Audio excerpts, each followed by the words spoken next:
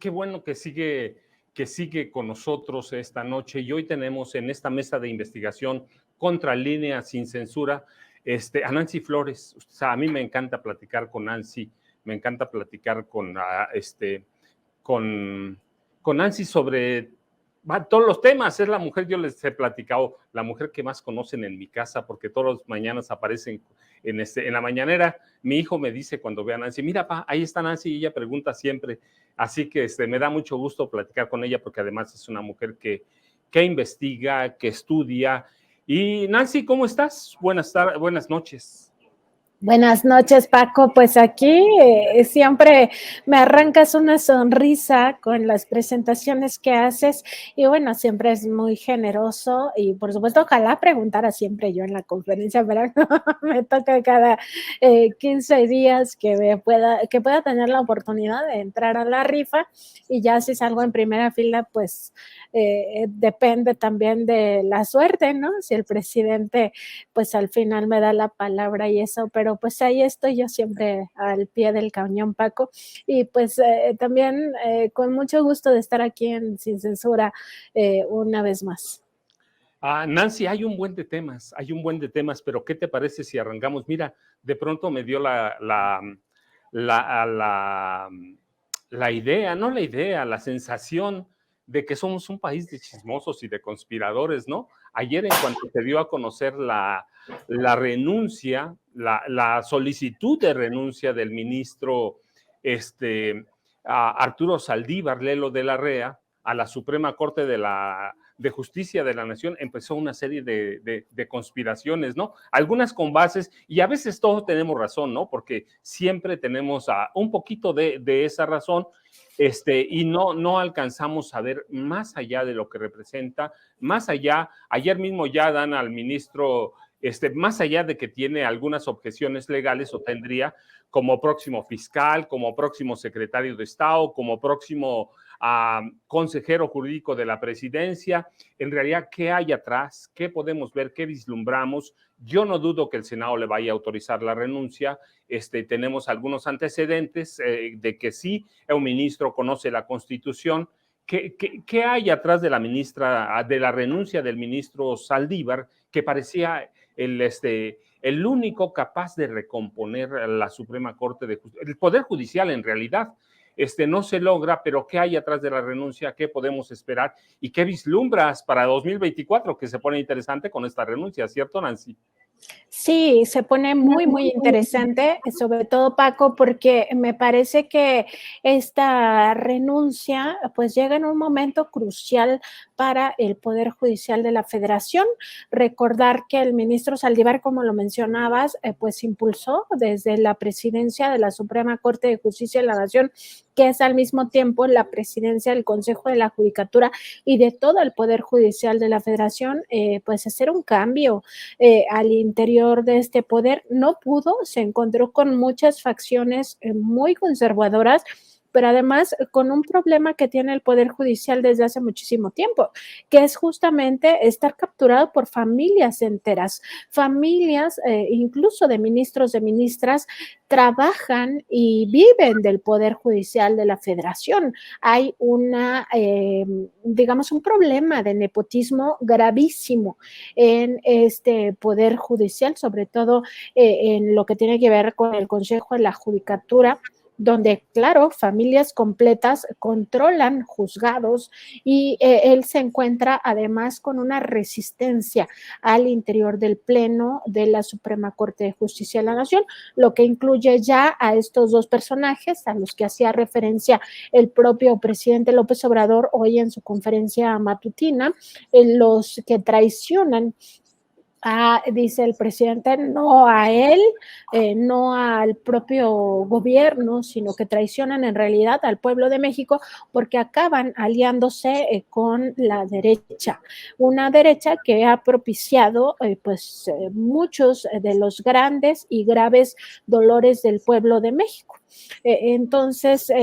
dice el presidente, los ubica como conservas, dice 2 de los que propuso 4 hasta la fecha, salieron muy conservas, en el sentido de que son conservadores, ¿no? Y en ese contexto, pues este pleno de la Corte estaba muy, muy echado hacia la derecha, tan es así que el propio ministro Saldívar, digamos que tenía una visión muy coincidente solo con 2 ministras de la Corte y en ocasiones tampoco llegaban a acuerdos, que son Yasmín Esquivel y Loreta Ortiz. En el caso de los que traicionan al pueblo de México a partir de este encargo que les impulsa el presidente López Obrador, pues no hay que olvidar que se trata de Margarita Ríos Farjat y de Juan Luis González Alcántara Carranca. Estos 2 ministros de la Corte pues empiezan su trayectoria en este máximo tribunal constitucional, pues justamente a partir de esta decisión del presidente López Obrador, pero de forma prácticamente inmediata le dan la espalda a esta transformación, incluso del propio Poder Judicial. Entonces, el escenario, pues me parece ya también muy digamos, muy cantado en el sentido de que lo que viene es una discusión en torno al llamado Plan C para, entre otras cosas, reformar al Poder Judicial de la Federación. Y yo creo que ahí uno de los principales aliados de qué se necesita, de advertir hacia dónde debe ir el Poder Judicial, va a ser Arturo Saldívar. ¿Qué cargo obtenga después o qué encomienda le encargue la futura presidenta de este país? Porque estoy convencida, y lo dicen las encuestas, que Claudia Sheinbaum pues lleva un camino muy adelantado, muy, con muchísima ventaja respecto de sus competidores más cercanos, y eso de cercanos pues es un decir, porque la brecha entre ella o las preferencias electorales hacia ella y las preferencias electorales que tiene por una parte el bloque conservador a través del Partido Revolucionario Institucional, Acción Nacional y de la Revolución Democrática con esta candidatura de Xóchitl Gálvez, pues es muy amplia, se está hablando de más de 30 puntos, ya algunos incluso observan más de 36 puntos de diferencia y pues no se diga con Movimiento Ciudadano, que si va con Samuel García o con Marcelo Ebrard, pues justamente, y que hoy se hablaba, por cierto, que Marcelo Ebrard estaría hospitalizado, habría que revisar qué condición de salud tiene el exsecretario de Relaciones Exteriores, pues Movimiento Ciudadano no superaría quizá al Partido Acción Nacional. Entonces, me parece que la discusión primero está en el plan C, en ganar esta mayoría calificada en el Congreso o revisar alternativas para ir limpiando al Poder Judicial de la Federación, y un aliado muy importante para Claudia Sheinbaum sería en este caso el ministro Arturo Saldívar. Y por otra parte, pues el encargo que posteriormente se le dé, que pues sí, o sea, ya hay toda una baraja de posibilidades de a dónde puede encajar perfectamente con su perfil, un perfil de experto constitucionalista, pues nos llevaría, y sobre todo experto en materia de derechos humanos,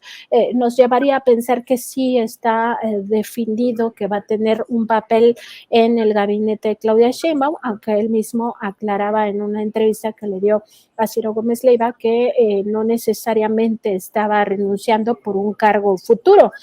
pero me parece que sería un desperdicio no aprovechar la propia experiencia del ministro Arturo Saldívar en el gabinete de Claudia Sheinbaum. Yo considero que sí lo está sumando a su campaña precisamente con miras a que después tenga una responsabilidad importante. Hay que decir, Paco, que en todo este tema nosotros aquí en la revista Contralínea documentamos que una vez que el ministro Saldívar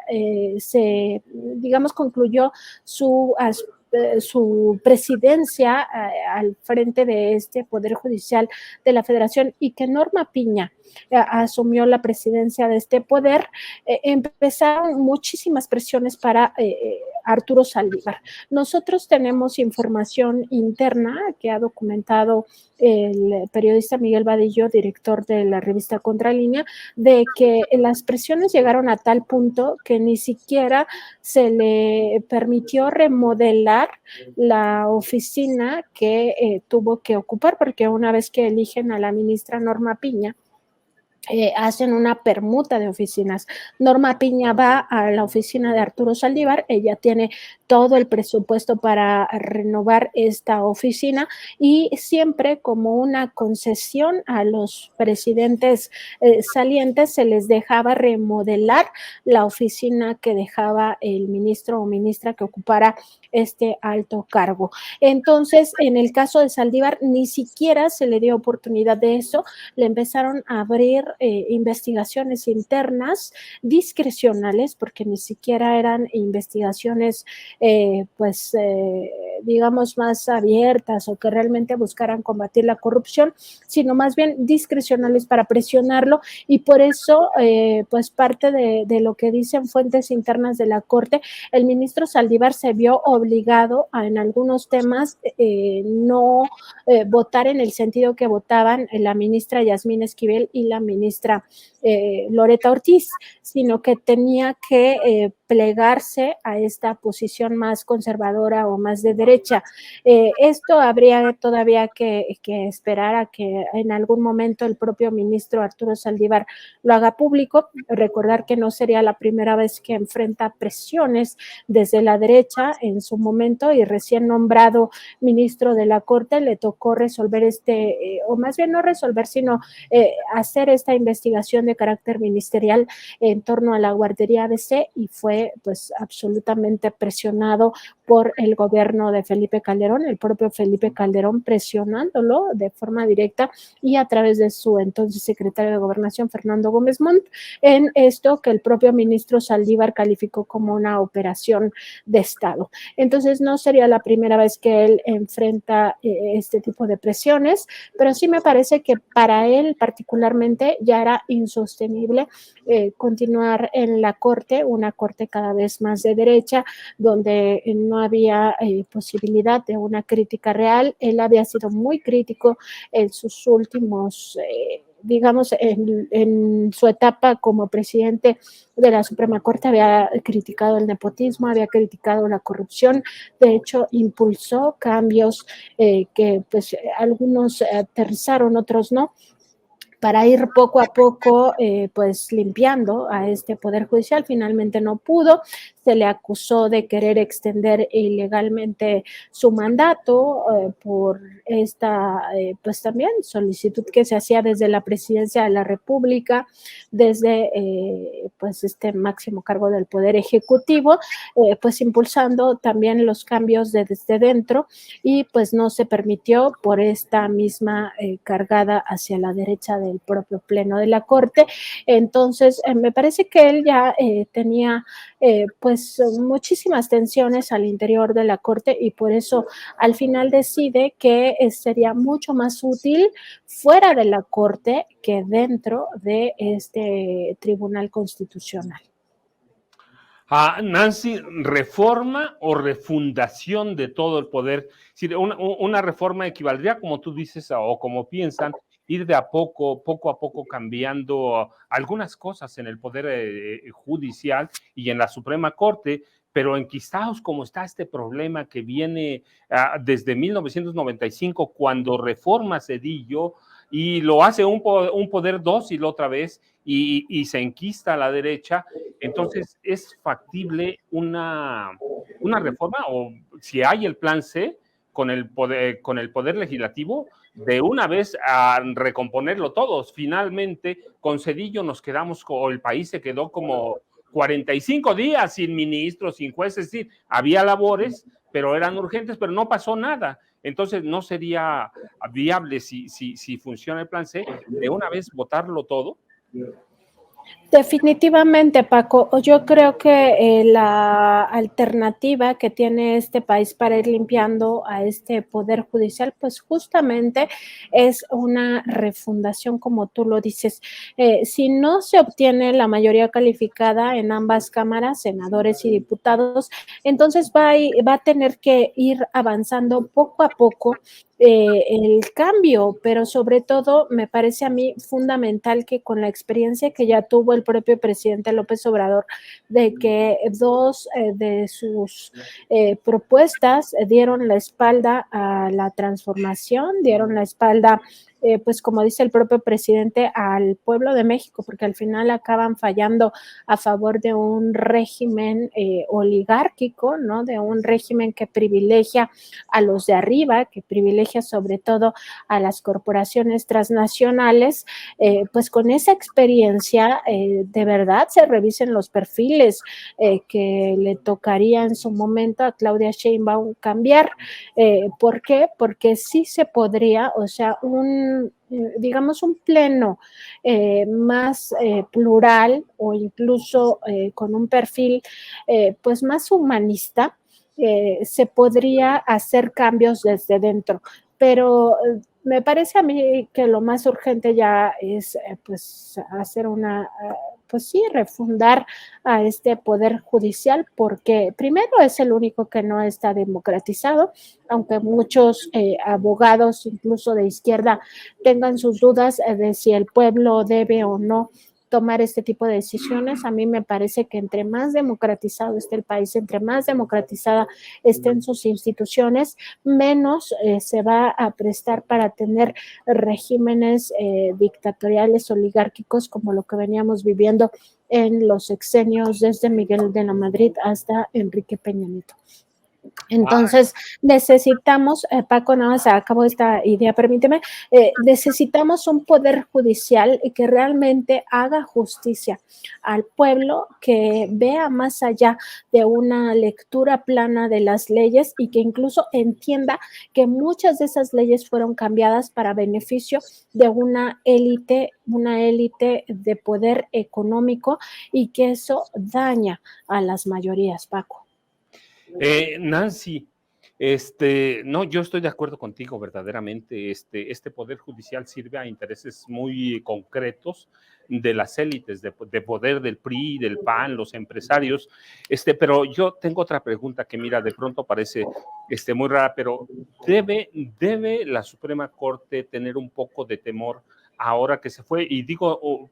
hago la pregunta por una razón, porque el ministro Saldívar, Lelo de la Rea, les conoce prácticamente todo. 14 años ahí, además conoce por dentro, conoce las entrañas del Poder Judicial, y mi pregunta es,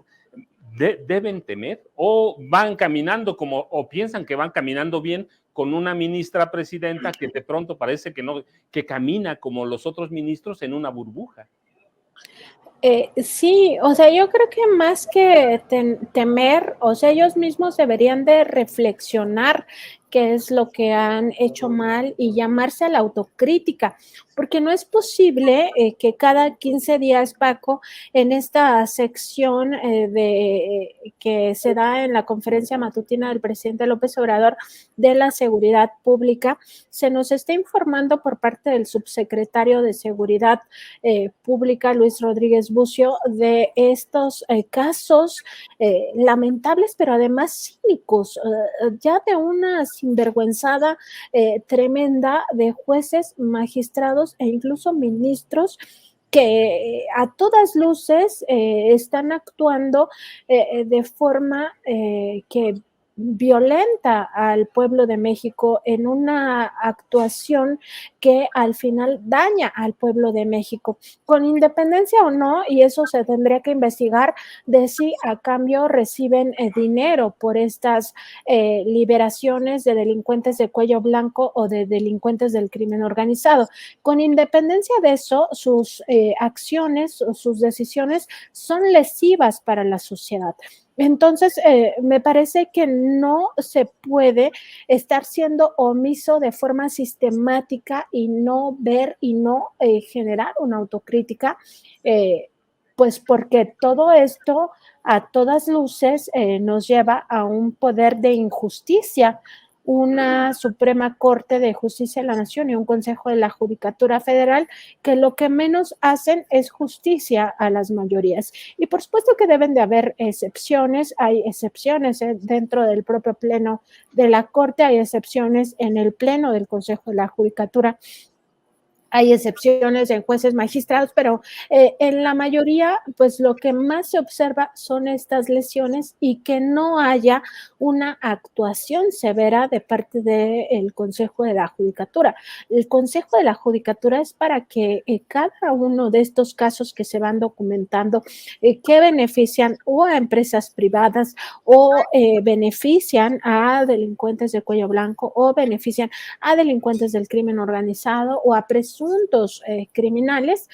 supuestos delincuentes, pues cada uno de estos casos se debería de juzgar de forma severa y ya haber establecido convenios de cooperación tanto con el gobierno federal como con la Fiscalía General de la República. ¿Y a qué me refiero? A que las herramientas, por ejemplo, para verificar la evolución patrimonial de jueces, magistrados y ministros están precisamente en el Poder Ejecutivo a través de sus áreas de inteligencia. Primero, la Unidad de Inteligencia Financiera, el Servicio de Administración Tributaria, la Comisión Nacional Bancaria y de Valores, que son las que pudieran pues estar ya revisando esta evolución patrimonial de estos juzgadores y sobre todo detectar si hay actos de corrupción en sus decisiones. En segundo, con la Fiscalía General de la República, porque esto de inmediato se debería de judicializar. El Poder Judicial hace mucho daño con decisiones de este tipo a la población. Está en juego el patrimonio de las personas, está en juego la vida misma de las personas, su libertad, como para que sea un poder capturado donde los pobres que no alcanzan a comprar a jueces, magistrados y ministros, pues permanecen en prisión por haberse robado una lata de frijoles y los ricos, que en realidad cometieron grandes atrocidades de muchas índoles, pues estén en la calle, ¿no? Entonces me parece a mí que es fundamental que hagan una autocrítica, que se revisen a sí mismos, que como señalas Paco, rompan esa burbuja en la que están viviendo y por fin se den cuenta de que todo está cambiando. La propia mentalidad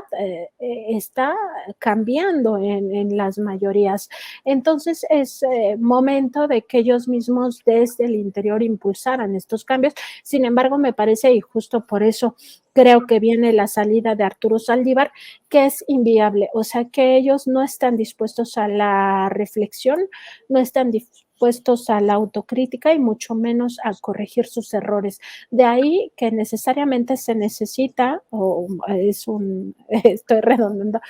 sino que más bien se requiere un perfil como el de Arturo Saldívar para ver qué se puede hacer en dos escenarios. El primer escenario, el mejor escenario, es que se tenga mayoría calificada en el Congreso. El segundo escenario es mayoría simple en ambas cámaras. ¿Qué se puede hacer con eso para ir cambiando a este poder judicial podrido? Sobre todo, pues para que ya no esté capturado por estos intereses, sobre todo de grandes corporaciones transnacionales. Nancy, y una pregunta que es como la de los 60,000 pesos, decían en mi tiempo, que eso ya hace mucho, mucho, Nancy, ¿cómo elegir o cómo proponer? El presidente dice que tiene ya 3 propuestas, las 3 serían mujeres. En realidad le ha ido bastante mal al presidente, porque o no conocíamos bien a las propuestas para ser ministros, o la derecha o los grupos de derecha tenían mucho, mucho que ofrecerte, que ofrecerles, que ofertarles como protecciones grupales. ¿Qué hacer para que el nuevo candidato o nueva candidata, por lo menos, que no se incline a un otro lado, por lo menos que sea abierto a las necesidades, como tú dices, de la gente, que es la que más necesita, cómo hacer para que el presidente, que es pues es un equívoco o es una traición de los ministros, ¿qué hacer para eso cuando tiene que hacer la propuesta el presidente y tiene que ratificarla el Senado? Pues es una pregunta compleja, Paco, y sobre todo la respuesta es difícil. Y es difícil porque hay de por medio un matiz de confianza. O sea, el presidente confiaba en que estas personas pues iban a impulsar una reforma al interior de la Suprema Corte del Poder Judicial en términos generales, confiaba en que iban a actuar favorablemente hacia el pueblo de México, entendiendo que muchas de las acciones, de las reformas que llegan a discutirse en el ámbito constitucional, es decir, en este máximo tribunal constitucional, pues iban a fallar a favor de lo que sea mucho mejor para las mayorías. Entonces hay, por eso se determina como una traición, porque se traiciona esa confianza. Es una confianza además que no, digamos que no se limita a la decisión del presidente, sino que atañe a todos los ciudadanos. Es decir, de entrada hay una confianza que se deposita en el primer mandatario a través del voto. Sabemos que López Obrador llegó a este cargo con 30 millones de votos. Esos 30 millones esperan que las acciones del presidente sean consecuentes con las propuestas que hizo en su momento como candidato. Y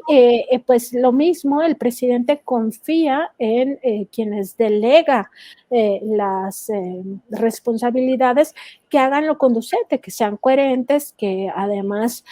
trabajen a favor de las mayorías. En este caso, estos dos ministros, Margarita Ríos Farjat y González Alcántara Carranca, pues traicionan esa confianza. Hay que decir que en el caso de Margarita Ríos Farjat, pues ya traía una trayectoria en la cual me parece a mí ya existían estos focos rojos. Sin embargo, pues no se quiso ver en su momento y ahí están las consecuencias. Entonces, si ya hay focos rojos en torno a perfiles específicos, pues que no se opte por esas personas. O sea, que definitivamente sean personas que a lo largo de su vida se compruebe que son incorruptibles, que también se compruebe que han actuado de forma coherente, que tengan además una vena apegada o cercana al pueblo que más sufre, ¿no? Es decir, a las mayorías, que no sea cercano a intereses de grupos, sobre todo de grupos de interés empresarial. Entonces, que se revise a profundidad los perfiles. Sin embargo, aún así pueden darse las traiciones, el propio presidente ha hablado de ello, incluso me parece que en una de las conferencias o en varias ha hablado de estos grupos o personas que estaban actuando de una forma, digamos, hasta cierto punto que parecía coherente, que parecía legítima, y llega este momento crucial o momento de definiciones de cara al proceso electoral y empiezan a revelarse al interior. Él lo dijo en el caso de los 43, de la investigación de los 43 normalistas de Ayotzinapa, Guerrero, que tanto le importa esclarecer, que ahí se había encontrado muchas personas que estaban traicionando o que abiertamente eran conservadores embosados y que ahora mismo o en estos meses se habían estado quitando las caretas. Entonces no es fácil, es muy complejo como podemos ver. El presidente incluso ponía de ejemplo el caso del ex fiscal especial para esta investigación de Ayotzinapa, ponía como ejemplo a la que fuera la titular de la unidad para investigar las desapariciones, en fin, ponía muchos ejemplos y esto nos lleva pues a reconocer que hay esta especie de células dormidas conservadoras al interior del gobierno o al interior de los movimientos sociales. No sería la primera vez que desde dentro se intenta romper a un movimiento social y estas traiciones las ha vivido también en otros órganos. Ahí está el INE, donde esta comisión comisión de quejas y denuncias está integrada, sí, por Claudia Zavala, pero también por otros 2 consejeros electorales que acaban de entrar en 2023, que fueron a propuesta del Ejecutivo, que por supuesto el Legislativo revisó sus perfiles, que no, supuestamente no eran queridos por la derecha en el Congreso, ¿no? Se tuvo que hacer esta insaculación, llegaron al INE por sorteo y al final acaban traicionando al pueblo de México otra vez, ¿no? Y entonces la consejera presidenta Guadalupe Tadei ha tenido que lidiar con estas traiciones desde su llegada a este cargo y no ha podido, pues realmente es difícil, no ha podido limpiar tampoco el INE. Entonces, los ejemplos sobran de cómo pues estas traiciones impiden el desarrollo pues de la democracia, impiden el desarrollo de la propia transformación, entendida como un proyecto de nación distinto al neoliberal, impiden pues que se vaya avanzando en estos cambios tan necesarios. Entonces, sí diría, no es fácil, pero sí se tiene que hacer un esfuerzo mucho mayor, entendiendo que esas experiencias ya están, ya existen. Los casos, a mí me parece que el presidente los tiene muy claros, o sea, los tiene, incluso me atrevería a decir que ha de tener una especie de bitácora de estos cargos o estos personajes que acabaron traicionando, no para hacerla pública y no para, digamos, después ventilarla, sino más bien para no cometer esos errores en lo que resta de su sexenio. Pero sí es, digamos que no es privativo del caso mexicano, eso ha pasado en otras experiencias latinoamericanas y pues el tema del Poder Judicial es grave por lo que significa en su momento el lawfare. A Nancy, pero sé que además de, bueno, mira, podríamos pasar platicando un buen rato sobre el Poder Judicial, las necesidades, las propuestas del presidente, si se ha equivocado o no, o las traiciones internas, las células dormidas para descarrilar a movimientos, pero también esta semana, Contralínea trae otra información que son bien importantes, como los cambios para algunos medicamentos, sobre todo como oxicodona, qué es, para qué sirve, qué son drogas adictivas, drogas sintéticas, ahora que hablamos, o hay muchos problemas con Estados Unidos por las drogas sintéticas, pero son esos cambios y vienen esta semana en Contralínea también, Nancy. Sí, fíjate que en este caso la COFEPRIS toma una decisión que me parece a mí muy acertada y que nos da cuenta de cómo opera este poder económico, porque la COFEPRIS poco a poco ha ido cambiando las reglas en torno al mercado de los fármacos e incluso de otros, digamos, de otros productos, los suplementos alimenticios, ha ido revisando qué pasó con los permisos para productos elaborados con cannabis, donde se dio cuenta en aquel momento de que pues una de las empresas beneficiadas con permisos que se otorgaron a fines del sexenio de Peña Nieto, en realidad eran permisos ilícitos y beneficiaron entre otros al expresidente Vicente Fox.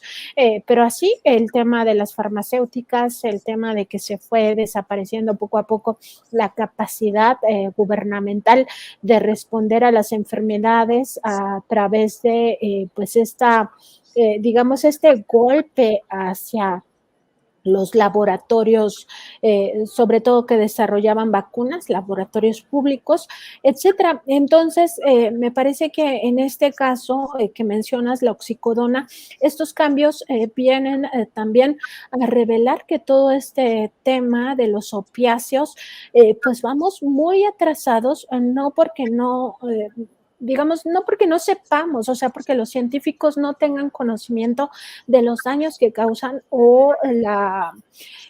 digamos, la posibilidad de que las personas se vuelvan adictas, sino más bien porque las farmacéuticas transnacionales tenían muchos intereses metidos en estas áreas estratégicas. El caso de la oxicodona, que hay que recordar lo que está pasando en Estados Unidos, es importante porque es uno de estos opiáceos que deriva en una adicción rápida de las personas hacia estos medicamentos contra el dolor. Allá en Estados Unidos está demostrado que las farmacéuticas también capturaron a las autoridades y en ese contexto pues acabaron beneficiando sobre todo a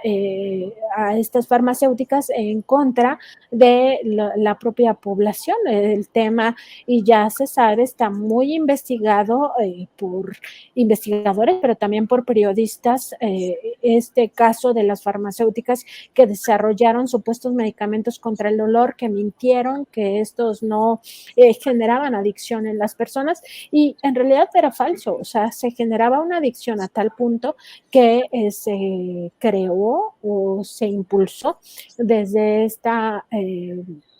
digamos, mala aplicación de políticas públicas,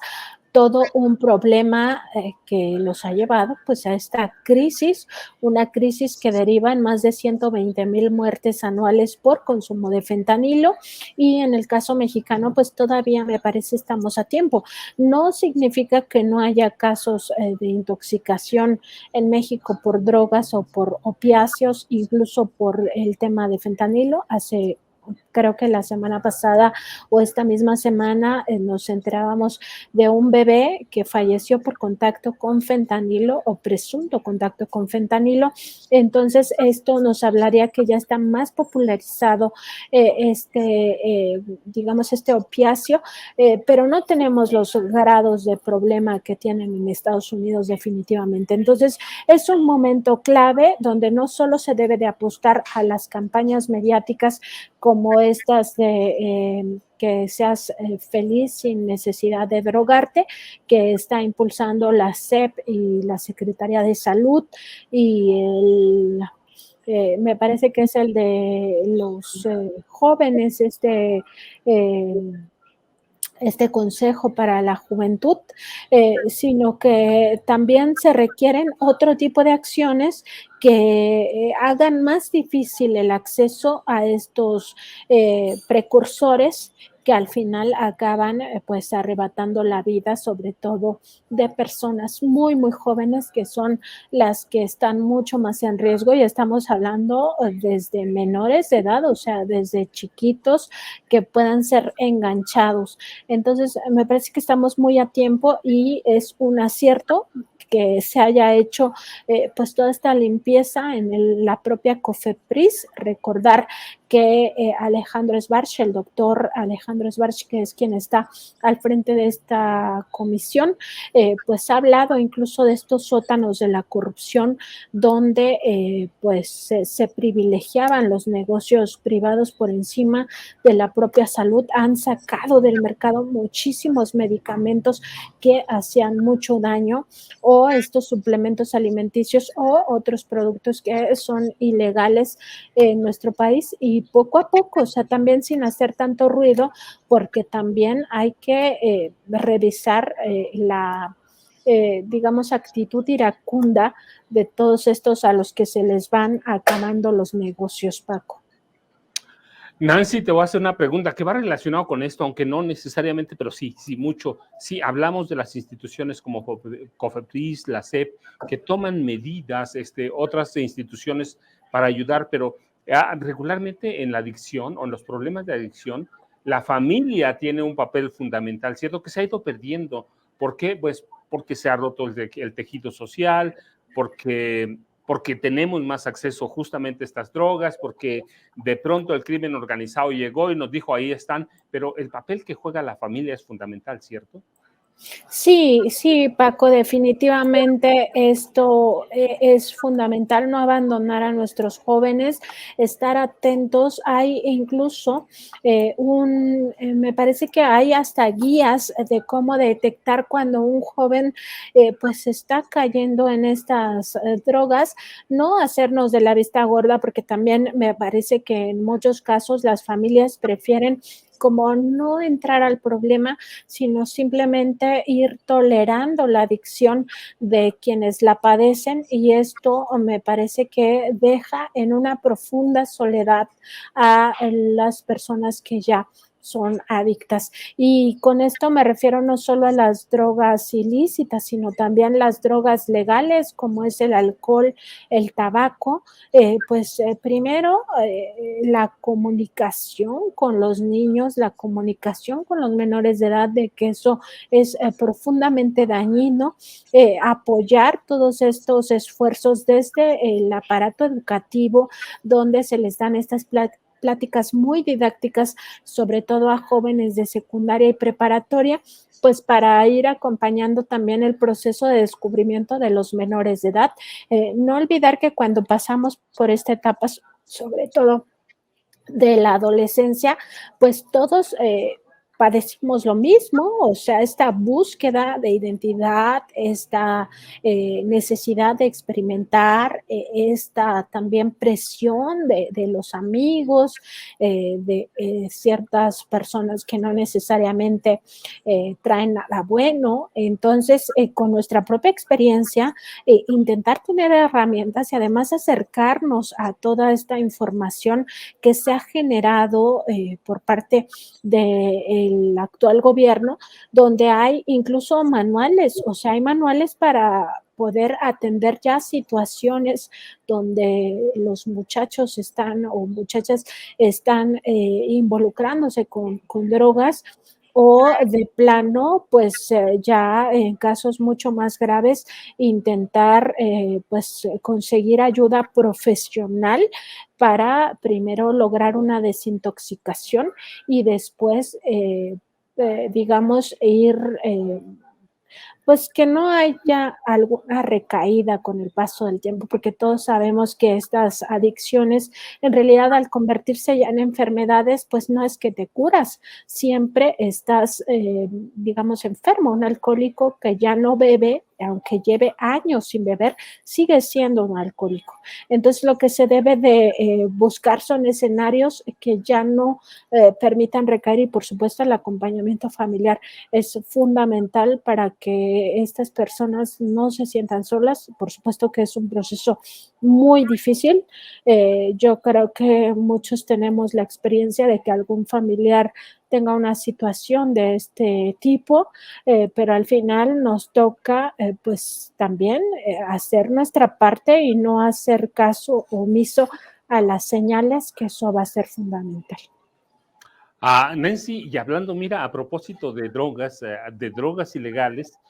hay un tema, como bien dices tú, coyuntural, pero que es bien importante. Este, ah, Droga decomisada en Hong Kong con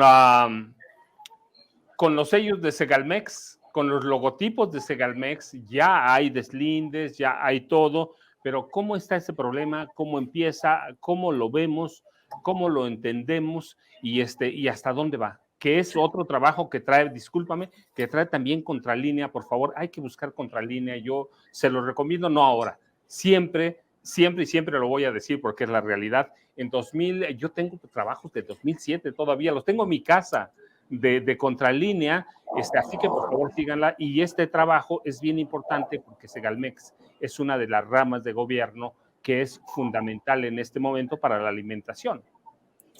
Sí, Paco, fíjate que pues con sorpresa nos enterábamos de esta información, donde al parecer, porque el propio Segalmex pues ya dejó claro que no exporta mercancía, o sea, Segalmex lo que hace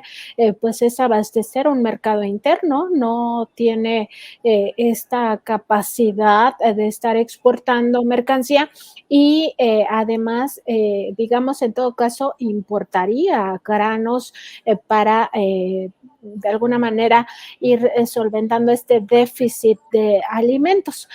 porque también como consecuencia del neoliberalismo hay que recordar que el campo pues fue absolutamente abandonado, devastado, y con mucho esfuerzo, con mucho trabajo, se ha logrado impulsar la propia economía del campo en nuestro país, y para eso pues están varios programas, está el de fertilizantes gratuitos, está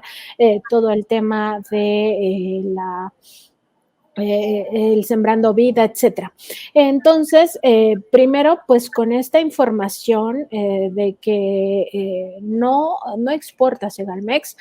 pues se tiene que ir hasta las últimas consecuencias en la investigación, porque es muy raro que esto haya pasado además en un contexto en el cual México ha estado solicitando cooperación con la autoridad de China, con el gobierno chino, para frenar el flujo de fentanilo, para que esto tenga una regulación desde allá, porque allá no necesariamente, en Asia, no necesariamente es ilegal vender estos cargamentos de fentanilo. Entonces, me parece que todo esto hay que leerlo en un contexto geopolítico que va mucho más allá de pues esta campaña, pues ya sabes, Paco, que utilizan casi cualquier pretexto para decir que esta administración está fallando. Y en el caso de Segalmex, y ya lo decía hoy el presidente López Obrador en su conferencia,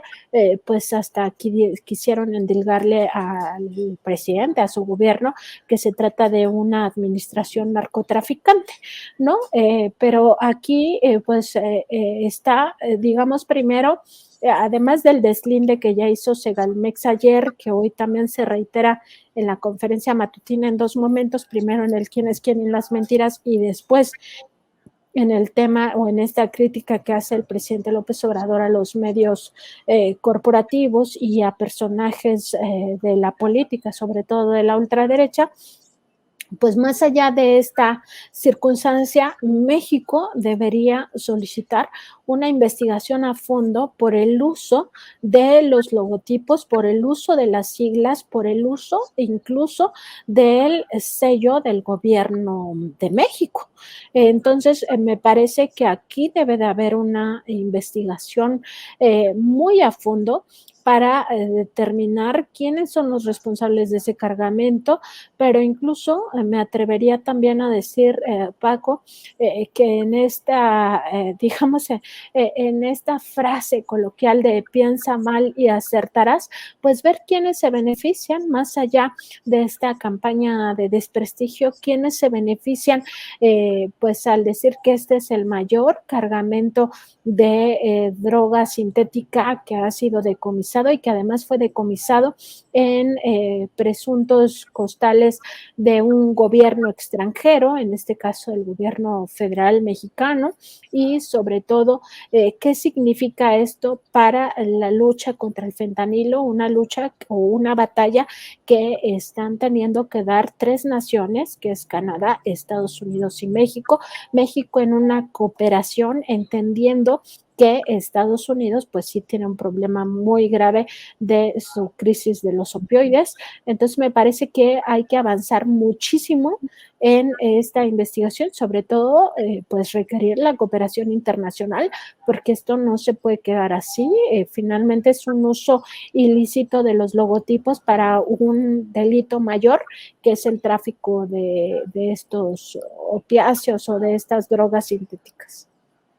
Fíjate, Nancy, les voy a dar un dato que además es un dato que trabajó hace años contra Línea, lo trabajó por mucho tiempo. El cargamento era de metanfetaminas y tienen razón Nancy, 82 millones de dólares, pero solo hay que recordar que en algún momento Contralínea documentó cómo la familia política de la esposa, el papá de la esposa y los hermanos de Ernesto Ponce Cedillo, Ernesto Cedillo Ponce de León, discúlpame,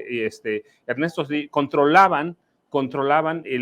la comercialización de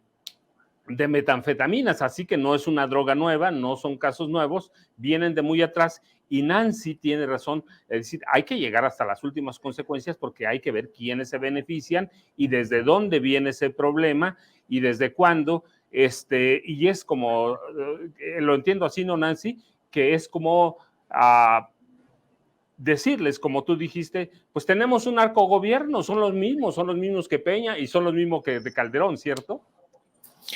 Pues justamente, Paco, no olvidar que hay evidencia de esto, nadie lo está inventando. El tema es, pues, los nexos, particularmente del sexenio de Felipe Calderón con el cártel de Sinaloa a través del secretario de Seguridad Pública, Genaro García Luna. Él ya fue juzgado, no está de más recordar todo el contexto, él fue juzgado en Estados Unidos en la corte, en una de las cortes del distrito este de Brooklyn en Nueva York. Pues justamente el juez Brian Cogan, que llevó todo este proceso judicial, la fiscalía, que ha presentado demasiadas pruebas, incluyendo a testigos estelares, como se le llamó en su momento, como fue el rey Zambada, el Grande, entre otros personajes de este mismo mundo de la mafia, del narcotráfico, que fueron uno a uno pues contribuyendo con sus testimonios a entender cómo estaba el rompecabezas del nexo entre el cártel de Sinaloa y el propio Genaro García Luna. Entonces, me parece ahí, pues ya no hay ninguna duda de lo que sí es un narcogobierno, pero nuevamente vamos a todas estas campañas de desprestigio que se empezaron a lanzar desde el día de ayer, a acusar que el gobierno estaba traficando pues este tipo de drogas, de metanfetaminas, pues recordar que en su momento, cuando estuvo todo este juicio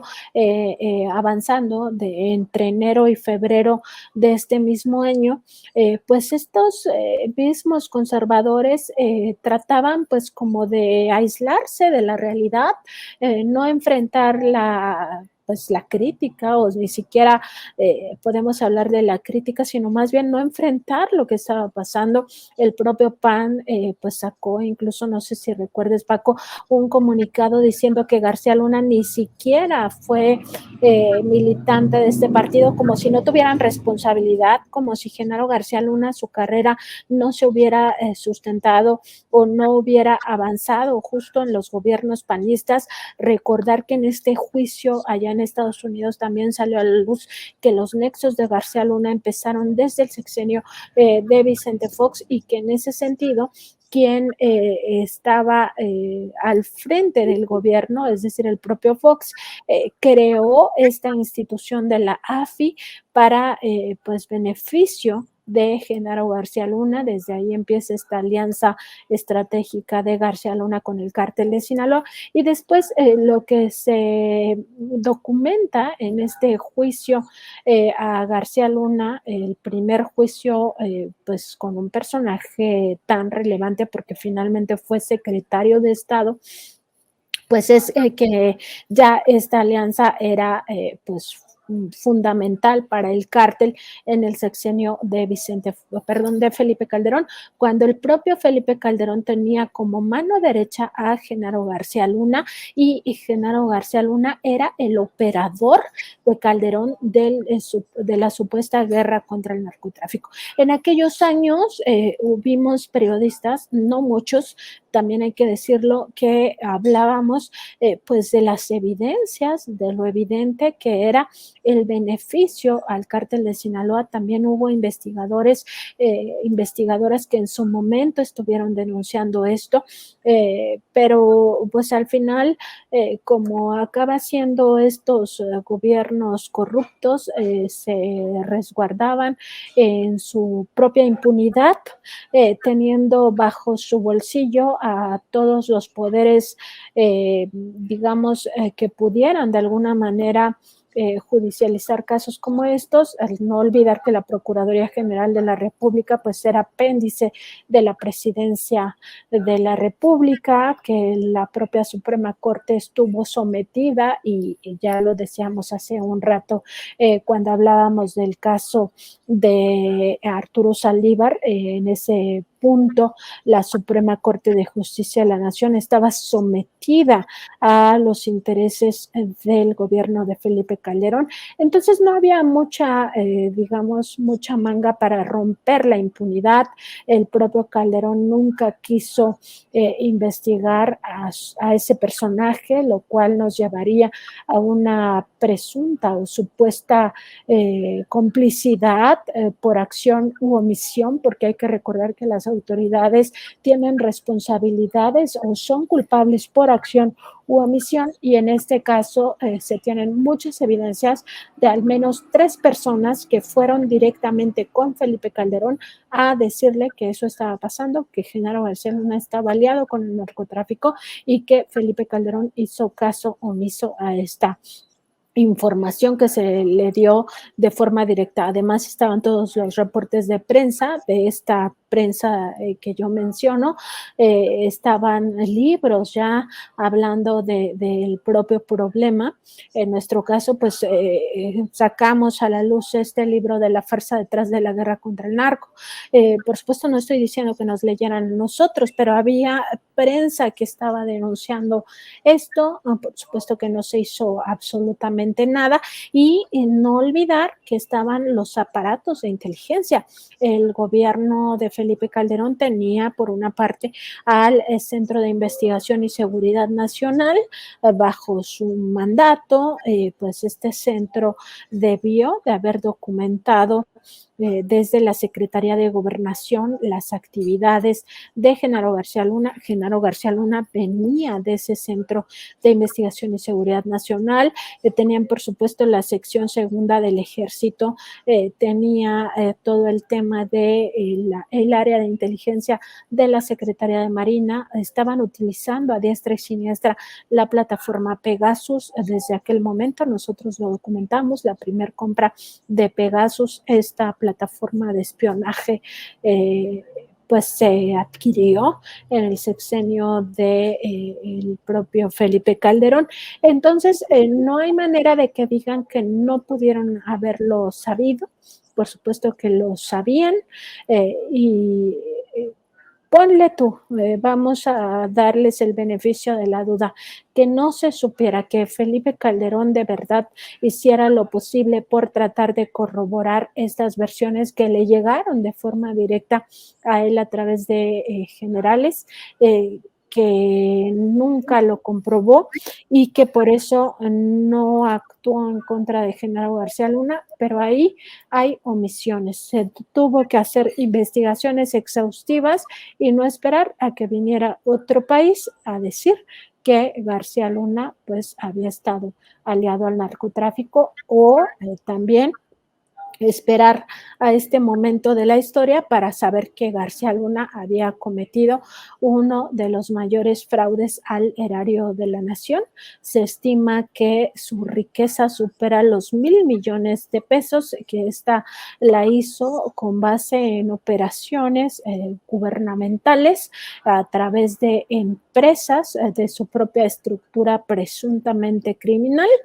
y que pues esto llevó a que consiguiera contratos en el sexenio de Calderón de las propias áreas que dependían del mismo, que es esta oficina, o más bien